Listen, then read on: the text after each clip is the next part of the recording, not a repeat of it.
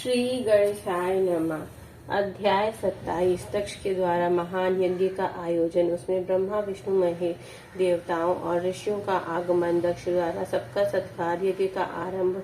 दधीचि द्वारा भगवान शिव को बुलाने का अनुरोध और दक्ष के विरोध करने पर शिव भक्तों का वहां से निकल जाना। ब्रह्मा जी कहते हैं, नारद एक समय दक्ष ने एक बहुत बड़ा यज्ञ का आरंभ किया। उस यज्ञ की दीक्षा लेकर उन्होंने उस समय समस्त देवर्षियों, महर्षियों तथा देवताओं को बुलाया। वे सभी उस यज्ञ में पधारे। अगस्त्य, कश्यप, अत्रि, वामदेव, भृगु, दधीचि, भगवान व्यास, भारद्वाज, गौतम, पैल, पाराशर, गर्ग, भार्गव, ककुस, सित, सुमंत, त्रिक, कंक और वैशंपायन ये तथा दूसरे बहुसंख्यक मुनि अपने स्त्री पुत्रों को साथ ले मेरे दक्ष के यज्ञ में हर्षपूर्वक सम्मिलित हुए थे। इनके सिवा समस्त देवगण, महान अभ्युदयशाली लोकपाल गण और सभी उपदेवता अपनी उपकारक सैन्य शक्ति के साथ वहां पधारे थे। दक्ष ने प्रार्थना करके सदल बलमुझ विश्व सत्रटा ब्रह्मा को भी सत्यलोक से बुलवाया था। इसी तरह भली भांति से सादर प्रार्थना करके वैकुंठ लोक से भगवान विष्णु भी उस यज्ञ में बुलाए गए थे। शिवद्रोही दुरात्मा दक्ष ने उन सबका बड़ा सत्कार किया। विश्वकर्मा ने अत्यंत दीप्तमान विशाल और बहुमूल्य दिव्य भवन बनाए थे। दक्ष ने वे ही भवन समागत अतिथियों को ठहरने के लिए दिए थे। सभी लोग सम्मानित हो उन संपूर्ण भवनों में यथायोग्य स्थान पाकर ठहरे हुए थे। दक्ष का वहां महायज्ञ उस समय खल नामक तीर्थ में हो रहा था। उसमें दक्ष ने भृगु आदि तपोधन को ऋत्विज बनाया। संपूर्ण मरुदगणों के साथ स्वयं भगवान विष्णु उसके अधिष्ठता थे। वे वेदत्रयी की विधि को दिखाने और बताने वाले ब्रह्मा बना था। इसी तरह संपूर्ण दिक्पाल अपने आयुधों और परिवारों के साथ द्वारपाल एवं रक्षक बने थे और सदा कौतूहल पैदा करते थे। स्वयं यज्ञ सुंदर रूप धारण करके दक्ष के उस यज्ञ मंडल में उपस्थित था। महामुनियों में श्रेष्ठ सभी महर्षि स्वयं वेदों के धारण करने वाले हुए थे। अग्नि ने भी उस महोत्सव में शीघ्र ही हविष्य ग्रहण करने के लिए अपने सहस्त्रों रूप प्रकट किए थे। वहां 88,000 ऋत्विज एक साथ हवन करते थे। 64,000 देवर्षि उद्गाता थे। अध्वर्य एवं होता भी उतने ही थे। नारद आदि देवर्षि और सप्तऋषि पृथक पृथक गाथा गान कर रहे थे। दक्ष ने अपने उस महायज्ञ में गंधर्वों, विद्याधरों, सिद्धों, बारह आदित्यों, उनके गणों, यज्ञों तथा नागलोक में विचरने वाले समस्त नागों का भी बहुत बड़ी संख्या में वर्णन किया था। ब्रह्मर्षि, राजर्षि और देवर्षियों के समुदाय तथा बहुसंख्यक नरेश भी उसमें आमंत्रित थे, जो अपने मित्रों, मंत्रियों तथा सेनाओं के साथ आए थे।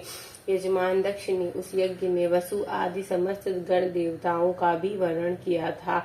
कौतुक और मंगलाचार करके जब दक्ष ने यज्ञ की दीक्षा ली तथा जब उनके लिए बारंबार स्वसित वाचन किया जाने लगा, तब वे अपनी पत्नी के साथ बड़ी शोभा पाने लगे। इतना सब करने पर भी दुरात्मा दक्ष ने उस यज्ञ में भगवान शंभु को नहीं आमंत्रित किया। उनकी दृष्टि में कल्पाधारी होने के कारण वे निश्चय ही यज्ञ में भाग पाने योग्य नहीं थे। सती प्रजापति दक्ष की प्रिय पुत्री थी, तो भी कपाली की पत्नी होने के कारण दोषदर्शी दक्ष ने उन्हें अपने यज्ञ में नहीं बुलाया। इस प्रकार अब दक्ष का वह यज्ञ महोत्सव आरंभ हुआ और यज्ञ मंडप पे आए हुए सब ऋत्विज अपने अपने कार्य में संलग्न हो गए। उस समय वहां भगवान शंकर को उपस्थित न देख शिव भक्त दधीचि का चित्त अत्यंत उद्विग्न हो उठा और वे यूं बोले। दधीचि ने कहा, मुख्य देवताओं तथा महर्षियों, आप सब लोग प्रशंसा पूर्वक मेरी बात सुने। इस यज्ञ महोत्सव में भगवान शंकर नहीं आए हैं। इसका क्या कारण है? यद्यपि ये देवेश्वर, बड़े बड़े मुनि और लोकपाल यहाँ पधारे हैं, तथापि उन महात्मा पिनाक पाणी शंकर के बिना यह यज्ञ अधिक शोभा नहीं पा रहा। बड़े बड़े विद्वान कहते हैं कि मंगलमय भगवान शिव की कृपा दृष्टि से ही समस्त मंगल कार्य संपन्न होते हैं, जिनका ऐसा प्रभाव है। वे पुराण पुरुष वृषभ ध्वज परमेश्वर श्री नीलकंठ यहाँ क्यों नहीं दिखाई दे रहे हैं? दक्ष, जिनके संपर्क में आने पर अथवा जिनके स्वीकार कर लेने पर अमंगल भी मंगल हो जाते हैं तथा जिनके 15 नेत्रों से देखे जाने पर बड़े बड़े नगर तत्काल मंगलमय हो जाते हैं, उनका इस यज्ञ में पदार्पण होना अत्यंत आवश्यक है। इसलिए तुम्हें स्वयं ही परमेश्वर शिव को यहाँ शीघ्र बुलाना चाहिए अथवा ब्रह्मा प्रभावशाली भगवान विष्णु, देवराज, इंद्र, लोकपागा, पालगणों, ब्राह्मणों और सिद्धों की सहायता से सर्वथा प्रयत्न करके इस समय यज्ञ की पूर्ति के लिए तुम्हें भगवान शंकर को यहाँ ले आना चाहिए। आप सब लोग इस स्थान पर जाएं जहाँ महेश्वर धाम विराजमान है। वहां से दक्ष नंदिनी सती के साथ भगवान शंभु को यहाँ तुरंत ले आए। देवेश्वर जगदम्बा सहित वे परमात्मा शिव को यदि यहाँ आ गए तो उनसे सब कुछ पवित्र हो जाएगा। उनके स्मरण से, उनके नाम लेने से सारा कार्य पूर्णमय बन जाता है। अतः पूर्ण प्रयत्न करके भगवान वृषभ ध्वज को यहाँ ले आना चाहिए। भगवान शंकर के यहाँ पदार्पण करते ही यह यज्ञ पवित्र हो जाएगा, अन्यथा यह पूरा नहीं हो सकेगा।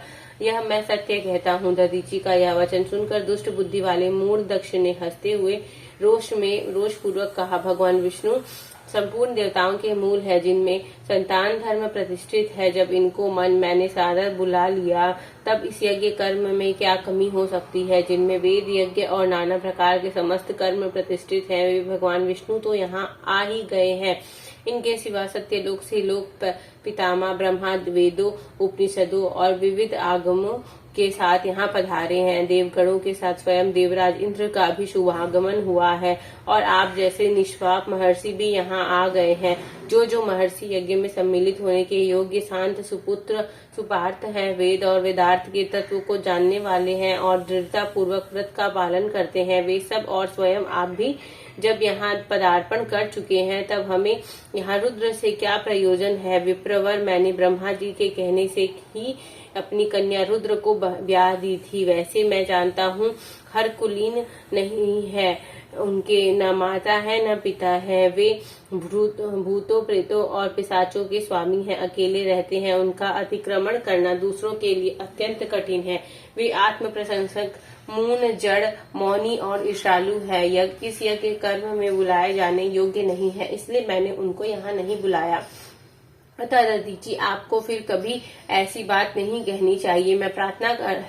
मेरी प्रार्थना है कि आप सब लोग मिलकर मेरे इस महान यज्ञ को सफल बनाएं। दक्ष की यह बात सुनकर दधीचि ने समस्त देवताओं और मुनियों के सुनते हुए यह सार गर्भित बात कही। दधीचि बोले, दक्ष, उन भगवान शिव के बिना यह महान यज्ञ अयज्ञ हो गया। अब यह यज्ञ कहलाने योग्य ही नहीं रहा। विशेषतः इस यज्ञ में तुम्हारा विनाश हो जाएगा। ऐसा कहकर दधीचि दक्ष की यज्ञशाला से अकेले ही निकल पड़े और तुरंत अपने आश्रम को चल दिए। तदंतर जो मुख्य शिव भक्त तथा शिव के मत का अनुसरण करने वाले थे, वे भी दक्ष को वैसा ही शाप देकर तुरंत वहां से निकले और अपने आश्रम को चले गए। मुनिवर दधीचि और दूसरे ऋषियों के उस यज्ञ मंडप से निकल जाने पर दुष्ट बुद्धि शिवद्रोही दक्ष ने उन मुनियों का उपहास करते हुए कहा। दक्ष बोले, जिन्हें शिव ही प्रिय है वे नाम मात्र के ब्राह्मण दधीचि चले गए। उन्हीं के समान जो दूसरे थे वे भी मेरे यज्ञशाला से निकल गए। यह बड़ी शुभ बात हुई। मुझे सदा यही अभिष्ट है। देवेश, देवताओं और मुनियों, मैं सत्य कहता हूँ, जिनके चित्त की विचार शक्ति नष्ट हो गई है, जो मंद बुद्धि और मिथ्यावाद में लगे हुए हैं, ऐसे वेद बहिष्कृत दुराचारी लोगों को यज्ञ कर्म में त्याग ही देना चाहिए। विष्णु आदि आप सब देवता और ब्राह्मण वेदवादी अतः मेरे इस यज्ञ को शीघ्र ही सफल बनाएं। ब्रह्मा जी कहते हैं, दक्ष की यह बात सुनकर शिव की माया से मोहित हुए समस्त देवर्षि उस यज्ञ में देवताओं का पूजन और हवन करने लगे। मुनीश्वर नारद उस प्रकार उस यज्ञ को जो साथ मिला उसका वर्णन किया और अब यज्ञ के विध्वंसिक घटना को बताया जाता है और आदर पूर्वक सुने। इस तरह अध्याय 28 संपूर्ण होता है। 27 संपूर्ण होता है। अगला अध्याय दक्ष यज्ञ का समाचार पा सती का शिव से वहां चलने के लिए अनुरोध। दक्ष के शिवद्रोही को जानकर भगवान शिव की आज्ञा से देवी सती के पिता के यज्ञ मंडल की ओर शिवगणों के साथ प्रस्थान। ब्रह्मा जी कहते हैं, नारद जब देवर्षि गण बड़े उत्साह और हर्ष के साथ दक्ष के यज्ञ में जा रहे थे, उसी समय दक्ष कन्या देवी सती गंधमादन पर्वत पर चंदोवे से युक्त धारा गृह में सखियों से घिरी हुई भांति भांति की उत्तम क्रीड़ाएं कर रही थी। प्रसन्नता पूर्वक क्रीड़ा में लगी हुई देवी सती ने उस समय रोहिणी के साथ दक्ष यज्ञ में जाते हुए चंद्रमा को देखा। देखकर वे अपनी हितकारिणी प्राण प्यारी श्रेष्ठ सखी विजया से बोली, मेरी सखियों में श्रेष्ठ प्राण प्रिय विजय, जल्दी जाकर पूछो तो ये चंद्रदेव रोहिणी के साथ कहाँ जा रहे हैं। सती के इस प्रकार आज्ञा देने पर विजया तुरंत उनके पास गई और उनसे यथोचित शिष्टाचार के साथ पूछा, चंद्रदेव आप कहाँ जा रहे हैं। विजया का यह प्रश्न सुनकर चंद्रदेव ने अपनी यात्रा का उद्देश्य आदर पूर्वक बताया। दक्ष के यहाँ होने वाले यज्ञोत्सव आदि का सारा वृतांत कहा। वह यह सब सुनकर विजया बड़ी उतवाली के साथ देवी के पास आई और चंद्रमा ने जो कुछ कहा था वह सब उनसे कह सुनाया। उसे सुनकर कालिका सती देवी को बड़ा विस्मय हुआ। अपने यहाँ सूचना न मिलने का क्या कारण है, यह बहुत सोचने विचारने पर भी उनकी समझ में नहीं आया। तब उन्होंने पार्षदों से घिरे अपने स्वामी भगवान शिव के पास आकर भगवान शंकर से पूछा। सती बोली, प्रभु मैंने सुना है कि मेरे पिताजी के यहाँ कोई बहुत बड़ा यज्ञ हो रहा है, उसमें बहुत बड़ा उत्सव होगा, उसमें सब देवर्षि एकत्रित हो रहे हैं। देवेश्वर पिताजी के उस महान यज्ञ में चलने की रुचि आपको क्यों नहीं हो रही है। इस विस्मय में जो बात हुआ सब बताइए। महादेव सुहृद का यह धर्म है कि वे सुहृदों के साथ मिले जुले। यह मिलन अपने महान प्रेम को बढ़ाने वाला होता है। अतः प्रभु मेरे स्वामी, आप मेरी प्रार्थना मानकर सर्वथा प्रयत्न करके मेरे साथ पिताजी की यज्ञशाला में आज ही चलिए। सती की यह बात सुनकर भगवान महेश्वर देव, जिनका हृदय दक्ष के वाग वर्णों से घायल हो चुका था, मधुरवाणी में बोले, देवी तुम्हारे पिता दक्ष मेरे विशेष द्रोही हो गए हैं। जो प्रमुख देवता और ऋषि अभिमानी, मूढ़ और ज्ञान शून्य है, वे भी सब तुम्हारे पिता के यज्ञ में गए हैं। जो लोग बिना बुलाए दूसरे के घर जाते हैं वे वहां अनादर पाते हैं, जो मृत्यु से भी बढ़कर कष्टदायक है। अतः प्रिय, तुमको और मुझको तो विशेष रूप से दक्ष के यज्ञ में नहीं जाना चाहिए, क्योंकि वहां हमें बुलाया नहीं गया है। यह मैंने सच्ची बात कही है। महात्मा महेश्वर के ऐसा कहने पर सती रोष पूर्वक बोली, शंभु आप सबके ईश्वर हैं, जिनके जाने से यज्ञ सफल होता है, उन्हीं आपको मेरे दुष्ट पिता ने इस समय आमंत्रित नहीं किया है। प्रभु उस दुरात्मा का अभिप्राय क्या है, वह सब मैं जानना चाहती हूँ। साथ ही वहाँ आए हुए संपूर्ण दुरात्मा देवर्षियों के मनोभाव का भी मैं पता लगाना चाहती हूँ। अतः प्रभु मैं आज ही पिता के यज्ञ में जाती हूँ। नाथ महेश्वर आप मुझे वहां जाने की आज्ञा दे। देवी सती के ऐसा कहने पर सर्वज्ञ सर्वद्रष्टा सृष्टिकर्ता एवं कल्याण स्वरूप साक्षात भगवान रुद्र उनसे इस प्रकार बोले। शिव ने कहा, उत्तम व्रत का पालन करने वाली देवी, यदि इस प्रकार तुम्हारी रुचि वहां अवश्य जाने के लिए हो गई है तो मेरी आज्ञा से तुम शीघ्र ही अपने पिता के यज्ञ में जाओ। यह नंदी वृषभ सुसज्जित है।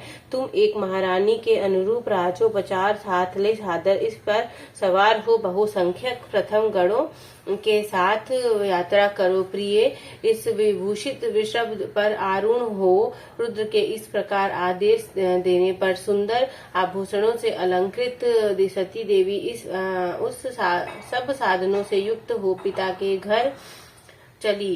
परमात्मा शिव ने उन्हें सुंदर वस्त्र आभूषण तथा परम उज्जवल छत्र चामर आदि महारोचित उपचार दिए। भगवान शिव की आज्ञा से 60,000 रुद्रगण बड़ी प्रसन्नता और महान उत्साह के साथ कौतूहल पूर्वक सती के साथ गए। उस समय वहां यज्ञ के लिए यात्रा करते समय सब ओर महान उत्सव होने लगा। महादेवी जी के गणों ने शिव प्रिया सती के लिए बड़ा भारी उत्सव रचाया। वे सभी गण कौतूहल पूर्ण कार्य करने तथा सती और शिव के यश को गाने लगे। शिव के प्रिय और महान वीर पर प्रथम गण प्रसन्नता पूर्वक उछलते कूदते चल रहे थे। जगदम्बा के यात्रा काल में सब प्रकार के बड़ी बड़ी भारी शोभा पा रहे थे। उस समय जो सुखद जय जयकार आदि का शब्द प्रकट हुआ, उससे तीनों लोग गूंज उठा। इसी प्रकार अध्याय 28 समाप्त होता है। हर हर महादेव शिव शंभू। ओम जय शिव ओंकारा। प्रभु हर शिव ओंकारा। ब्रह्मा विष्णु सदा शिव अर्धांगी धारा। ओम जय शिव ओंकारा। एकानन चतुरानन पंचानन राजे। हंसासन गरुणासन वृषवाहन साजे। ओम जय शिव ओंकारा। दो भुज चार चतुर्भुज दस भुज अति सोहे। त्रिगुण रूप निरख का त्रिभुवन जन मोहे। ओम जय शिव ओंकारा। अक्षमाला वनमाला रुंडमाला धारी। चंदन मृग मद सोहे भाले शशिधारी। ओम जय शिव ओंकारा। श्वेतांबर पीतांबर बागंबर अंगे। सनकादिक गरुणादिक भूतादिक संगे। ओम जय शिव ओंकारा। कर के मध्य कमंडलु चक्र त्रिशूल धरता। जग करता जग भरता जग संहार करता। ओम जय शिव ओंकारा। ब्रह्मा विष्णु सदा शिव जानत अविवेका। प्रणवाक्षर मध्य ये तीनों एका। ओम जय शिव ओंकारा। काशी में विश्वनाथ विराजत नंदी ब्रह्मचारी। नित उठी भोग लगावत महिमा अति भारी। ओम जय शिव ओंकारा। त्रिगुण शिव जी की आरती जो कोई नर गावे। कहत शिवानंद स्वामी मन वांछित फल पावे। ओम जय शिव ओंकारा। हर हर महादेव की जय। कर्पूर गौरम करुणावतारम संसार सारम भुजगेन्द्रहारम। सदा वसन्तं हृदयारविन्दे भवं भवानी सहितं नमामि। त्वमेव माता च पिता त्वमेव बन्धु च सखा त्वमेव विद्या द्रविणं त्वमेव सर्वं मम देव देवा। बोलो हर हर महादेव की जय। काशी विश्वनाथ की जय। पार्वती पते की जय। महाकाल की जय।